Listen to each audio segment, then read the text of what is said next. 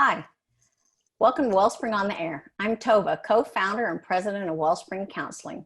And with me today, I have Lyle Green, who is a Wellspring therapist and is also a Westminster school counselor.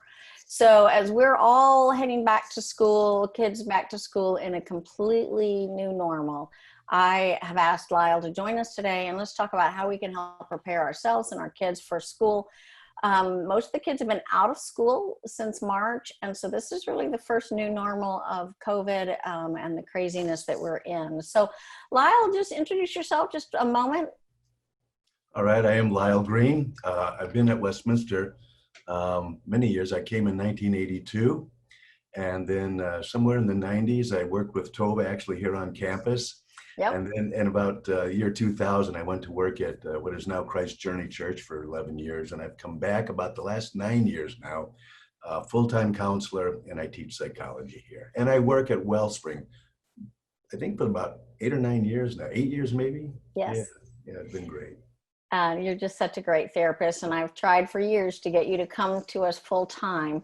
But you're loyal to those kids and to what you teach them about psychology, about themselves, about keeping them just stable and secure. And you've made a difference in thousands of kids' lives over the years, including my own children. So I'm grateful for that. So, all right, Lyle, you know all these kids are coming back to school. Let's talk about what are kids facing as they are heading back to school. What's so different? Oh, well, it is different. I think it's even different than last spring. I think last spring we were all kind of in a bit of shock, and but we thought it was going to go away. We thought it was going to go away. We heard by August and or certainly by June, and then July, August. We've come back to this idea that we're probably in this for the duration for quite some time, and so some of the kids opt to come to school in what we're calling a hybrid situation. Some kids are opting to connect from home. We call them the connect kids, and they're not coming in, and it's staggered schedules. So change, I think, is the order of the day, and change dovetails pretty well into stress. I think the only person that never complains about change is a baby with dirty diapers. The rest of us, it can be stressful. All right. So what's happening at Westminster is similar to a whole lot of other schools. It's a combination of things. It's staggered schedules. It's some kids not at all, some a hybrid. So I think that the Westminster kids are very similar to the rest. There's nobody who's having back to school, quote, as usual as it used to be. Even the little ones, who are coming back, because we know, I mean, they don't do, I have grandchildren who are preschoolers and they don't do remote.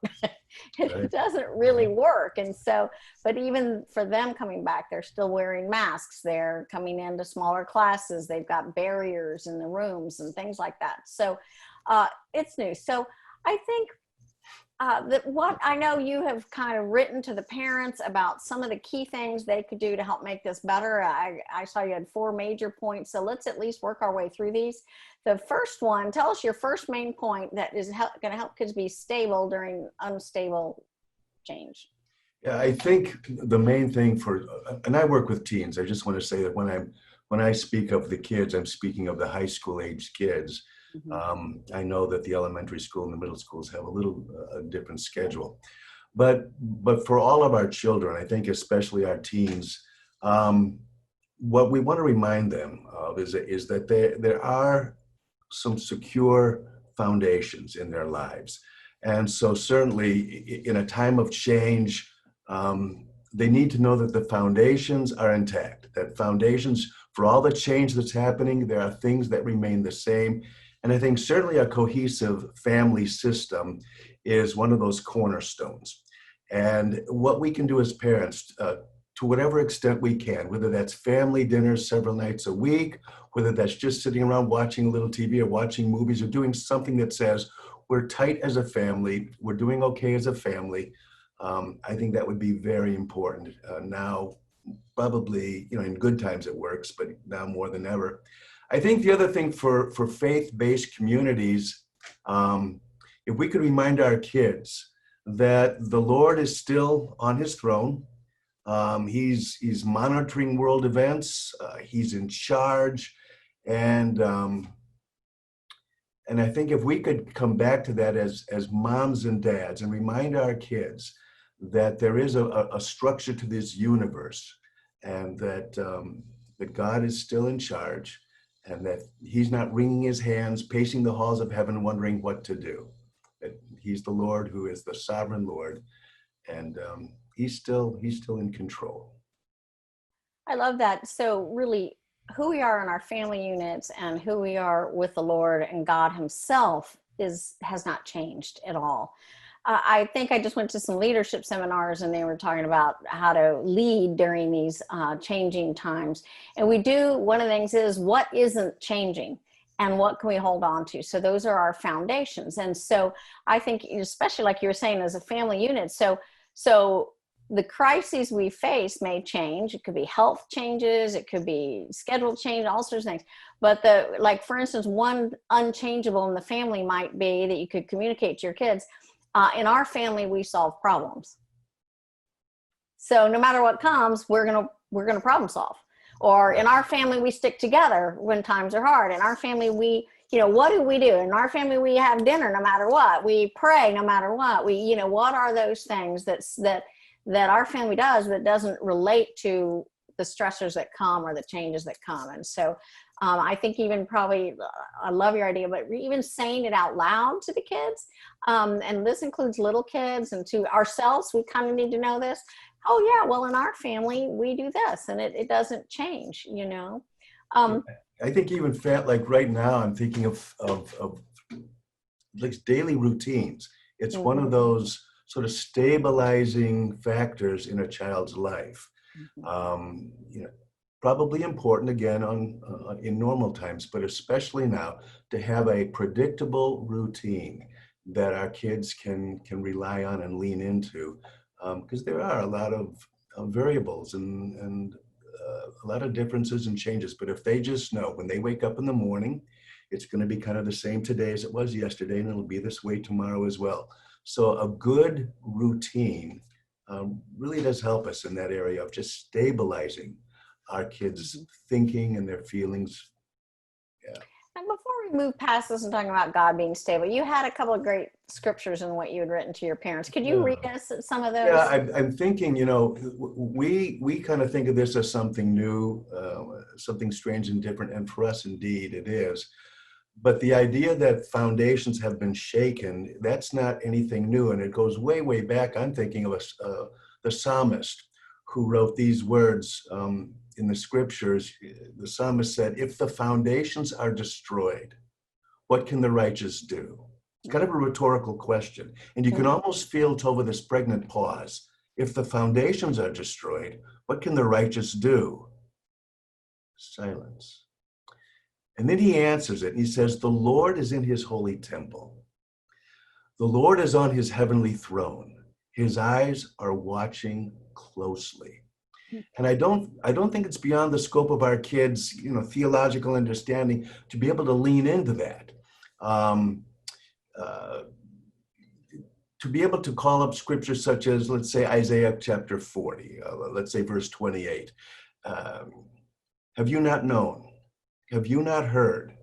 The Lord is the everlasting God, the creator of the ends of the earth. He does not faint or grow weary. His understanding is unsearchable. And again, the psalmist, that's God's faithfulness. I mean, you can just sense he's reflecting on the Lord. Your faithfulness extends to every generation. It's as enduring as the earth you created. And then to hear from the Lord directly through the prophet Malachi, "For I, the Lord, do not change. Therefore you, O children, are not consumed." So these are the kinds of scripture passages that maybe at dinner, maybe as we say grace, or maybe right after the meal, don't have to have, a 3-point sermon, but just to be able to bring these passages to bear and check in with the kids and just remind them that the Lord is still on his throne. He's at peace, and he says, "My peace I can leave with you." Not like the world knows peace. It's a higher order peace, indeed. And he doesn't change. He gives us that peace. Okay, so the kids are coming back to school. Things are changing, and we want them to know, first of all, some foundations don't change. Our family culture, our family routines, and God himself. Okay, so what was your second point? Well, I'm saying let's, and again, this does call for just a little bit of theological acuity, I guess. But can we remind our kids of their unique identity?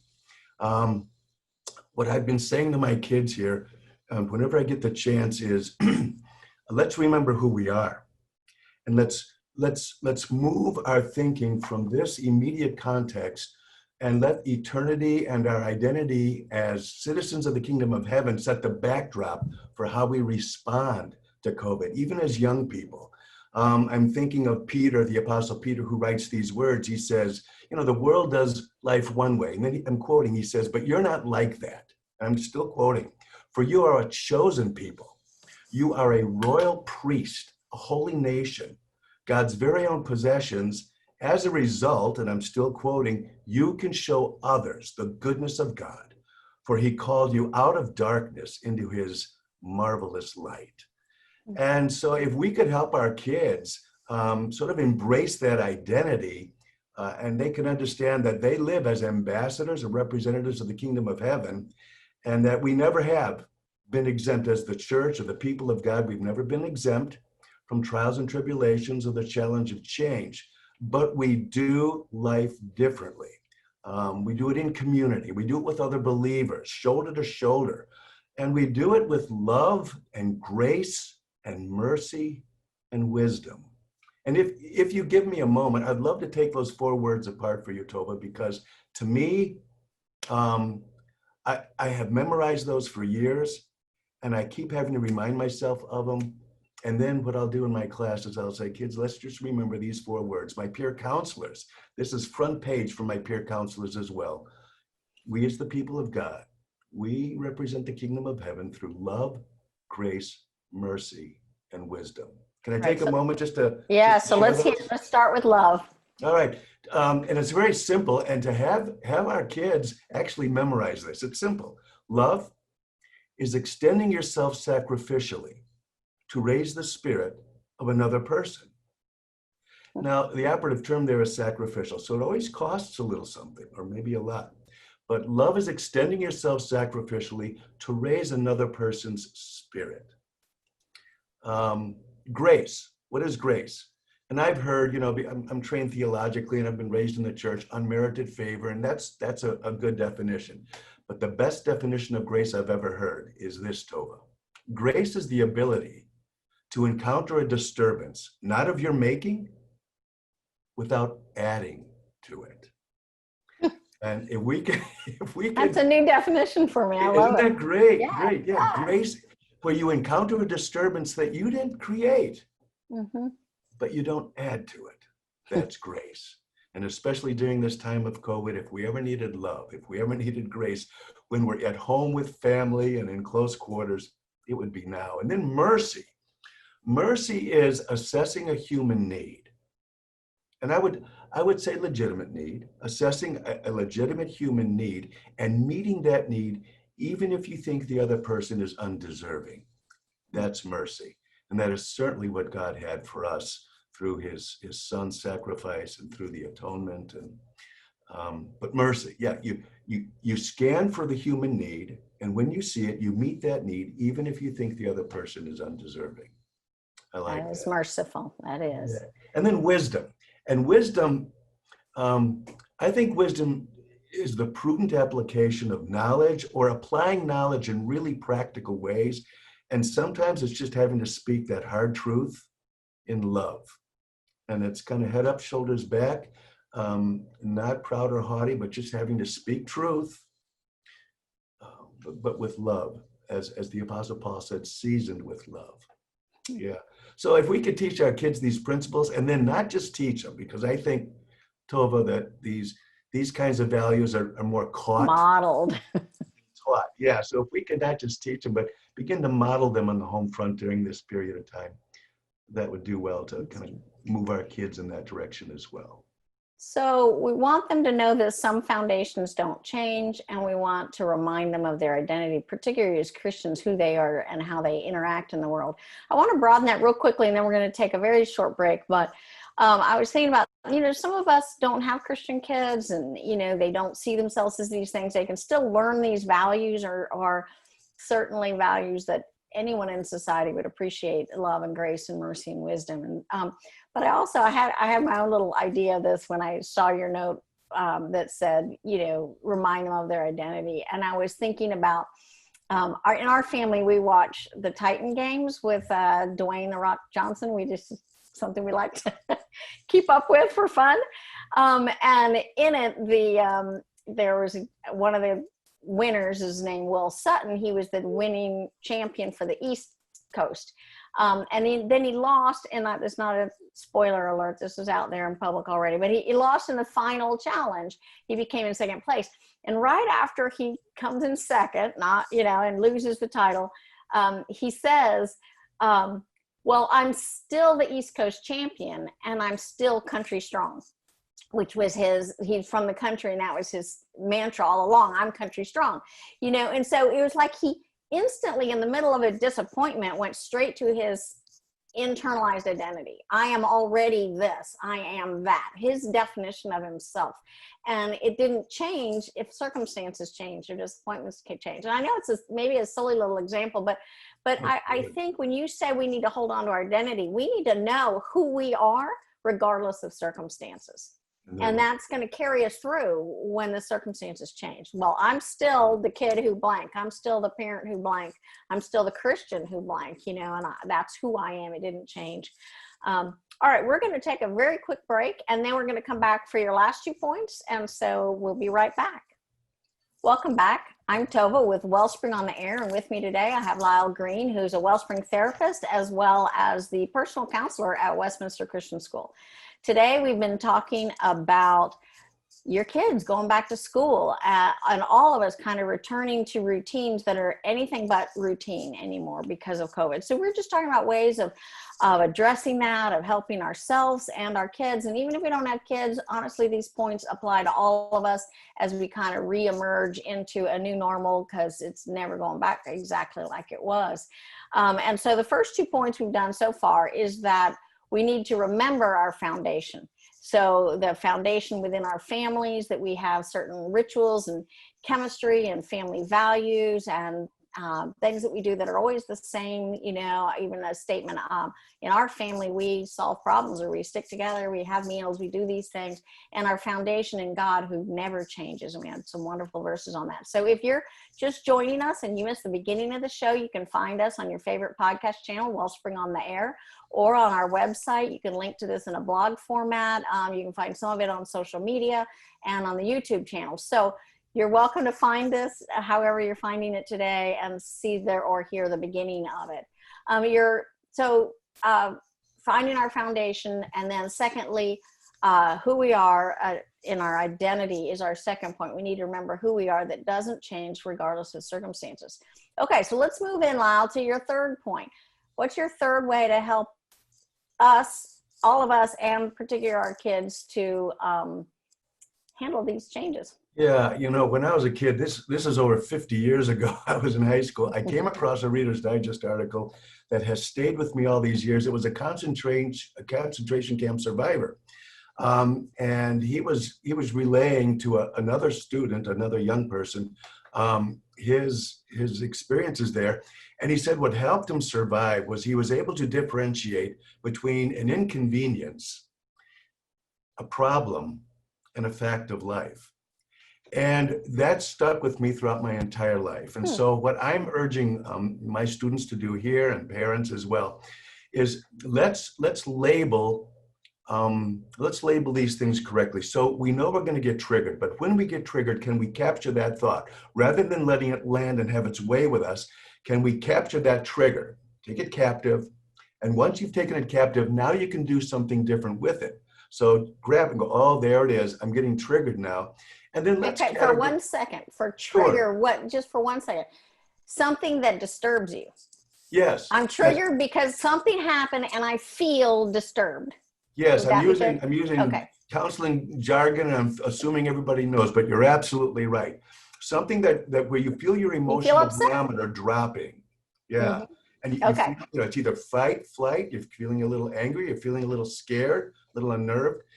Capture that thought and say, what is it that I'm thinking? And then if we could label it properly, we might be able to really reduce our stress once we label it in the right sort of way. Is it an inconvenience? Um, Inconvenience. Okay. yeah, an inconvenience. Inconvenience. And these kinds of triggers can largely be ignored. And in the best of times, discounting an inconvenience is a good thing to do, but especially now, Tova, when we're in the midst of this pandemic, if we can look at something as an inconvenience, for example, am I going to be worrying about this a day from now, 5 hours from now? Is this going to trouble me 1 hour from now?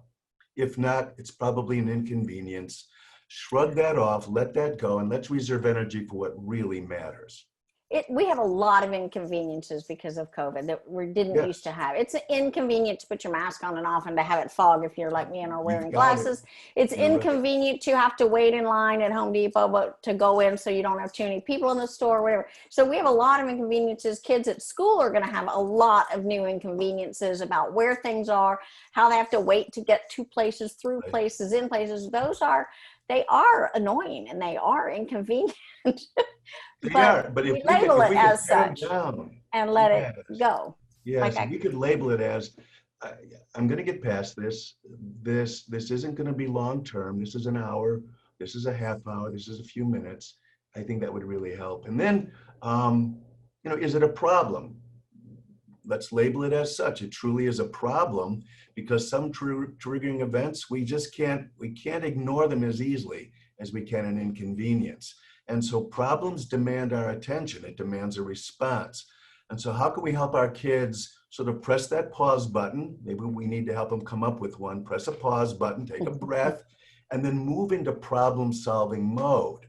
And that would be maybe clarifying the problem, help them do that. What is it exactly? Can we generate some solutions here? And then choose the very best workable plan and work that through. And then maybe afterwards, do a little assessment. How did that work for you?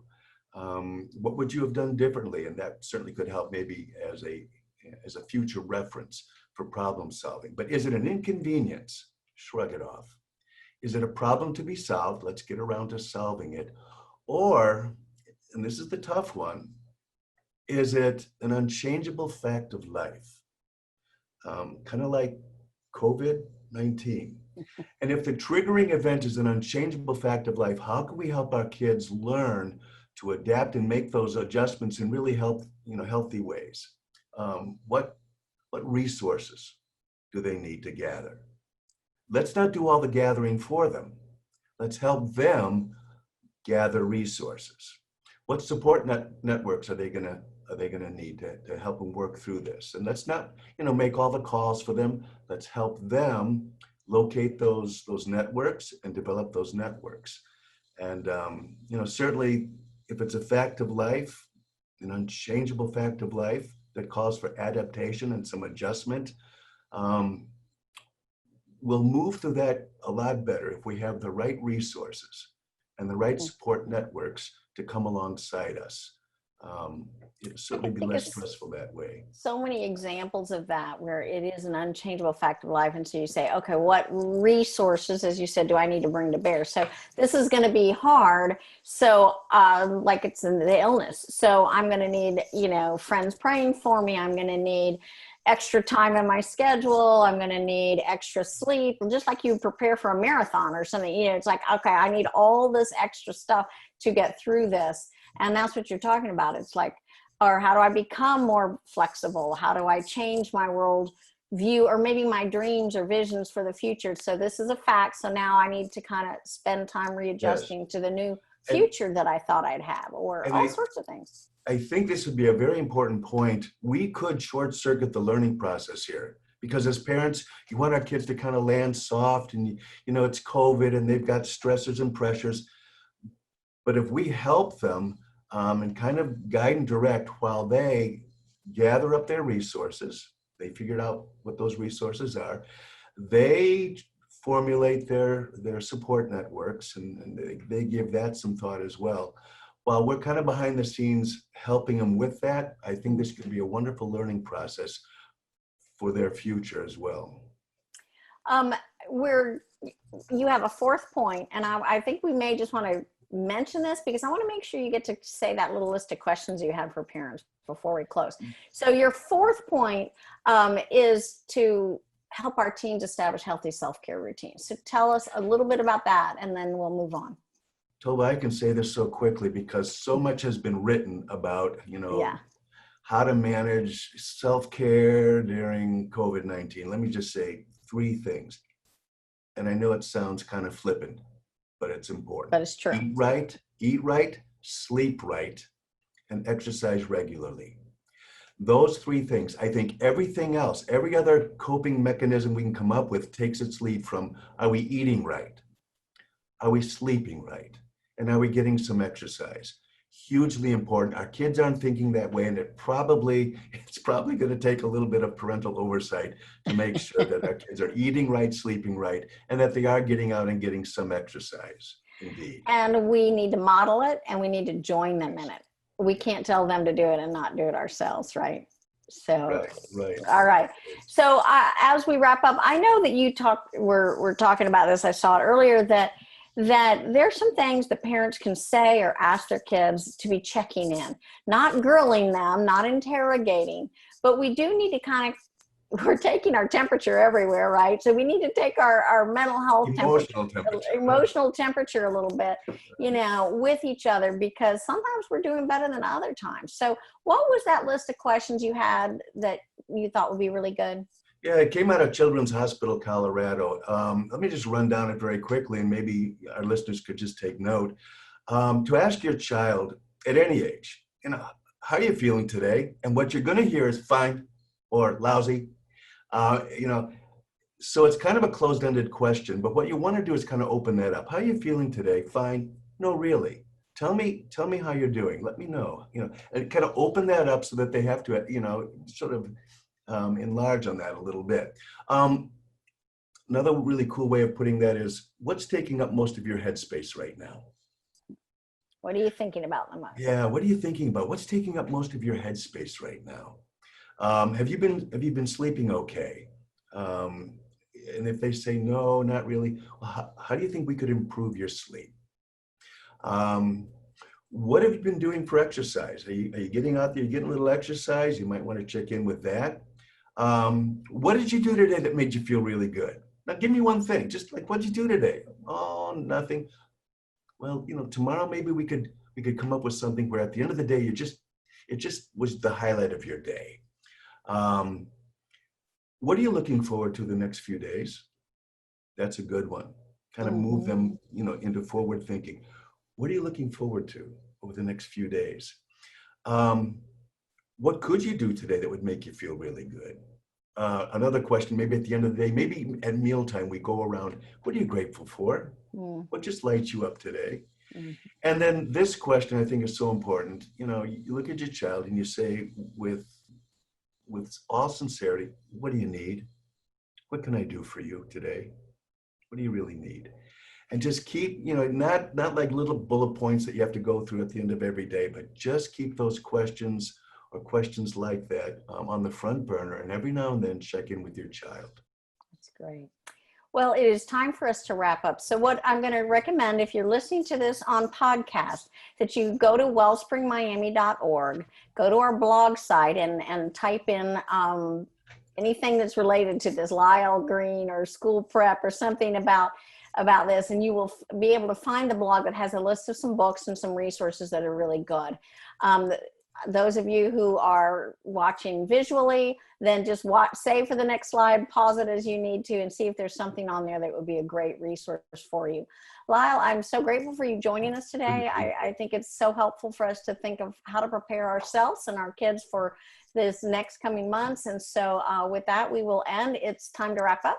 I'm Tova with Wellspring on the Air with Lyle Green, and we're here because hearts and minds matter.